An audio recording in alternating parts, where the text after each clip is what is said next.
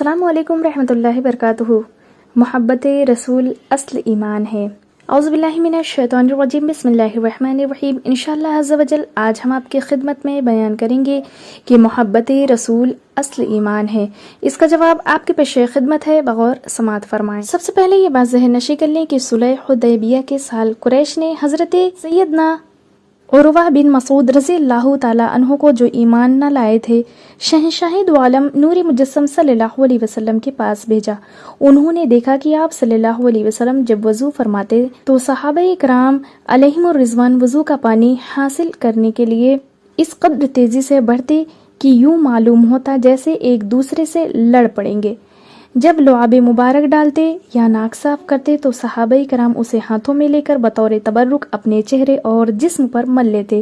آپ صلی اللہ علیہ وسلم انہیں کوئی حکم دیتے تو فوراً تعمیل کرتے۔ جب گفتگو فرماتے تو آپ صلی اللہ علیہ وسلم کے سامنے خاموش رہتے اور از راہ تعظیم آپ صلی اللہ علیہ وسلم کی طرف آنکھ اٹھا کر نہ دیکھتے۔ جب حضرت سیدنا عروہ بن مسعود رضی اللہ تعالیٰ عنہ اہل مکہ کے پاس واپس گئے تو ان سے کہا، اے گروہ قریش، میں قیصر و کسریٰ اور نجاشی کے درباروں میں بھی گیا ہوں، لیکن خدا کی قسم میں نے کسی بادشاہ کی اس کی قوم میں ایسی شان و شوکت اور قدر و منزلت نہیں دیکھی جیسی کی شان محمد مصطفیٰ صلی اللہ علیہ وسلم کی ان کے صحابہ علیہم الرضوان میں دیکھی ہے۔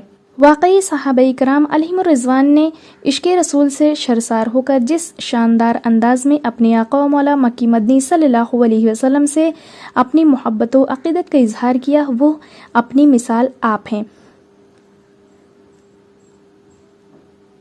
ان حضرات نے اپنے کردار سے رہتی دنیا تک کے مسلمانوں کو یہ بتا دیا کہ ایک امتی کو اپنے نبی کریم صلی اللہ علیہ وسلم سے کیسا تعلق اور کیسا عشق ہونا چاہیے۔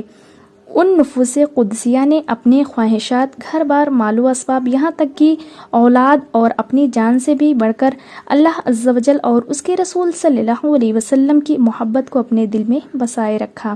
صحابہ کرام علیہم الرضوان کے اس بے مثال جذبہ عشق رسول کو سامنے رکھتے ہوئے ہر امتی پر حق ہے کہ وہ محبوب دو جہاں سرور کون و مکان صلی اللہ علیہ وسلم کی ذات کو سارے جہان سے بڑھ کر محبوب رکھے، کیونکہ ان کی محبت ہی ہمارے ایمان کی بنیاد ہے۔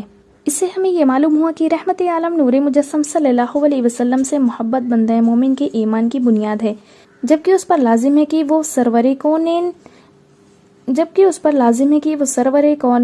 رحمت دارین صلی اللہ علیہ وسلم کو اپنی جان سے بڑھ کر کے بھی محبوب و عزیز رکھے، ورنہ اس کا ایمان نامکمل ہے۔ حضرت سیدنا عبداللہ بن ہشام رضی اللہ تعالیٰ عنہ نے فرمایا کہ ہم نبی کریم صلی اللہ علیہ وسلم کے ساتھ تھے۔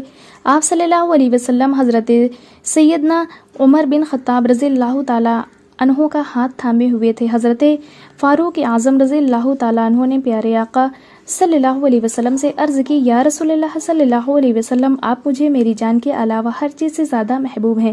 سرور دو عالم صلی اللہ علیہ وسلم نے ارشاد فرمایا، اس ذات کی قسم جس کے قبضے قدرت میں میری جان ہے، جب تک میں تمہارے نزدیک تمہاری جان سے بھی زیادہ محبوب نہ ہو جاؤں، اس وقت تک تمہارا ایمان کامل نہیں ہو سکتا۔ فاروق اعظم رضی اللہ تعالیٰ عنہ نے عرض کی، اللہ کی قسم، اب آپ مجھے میری جان سے بھی زیادہ محبوب ہیں۔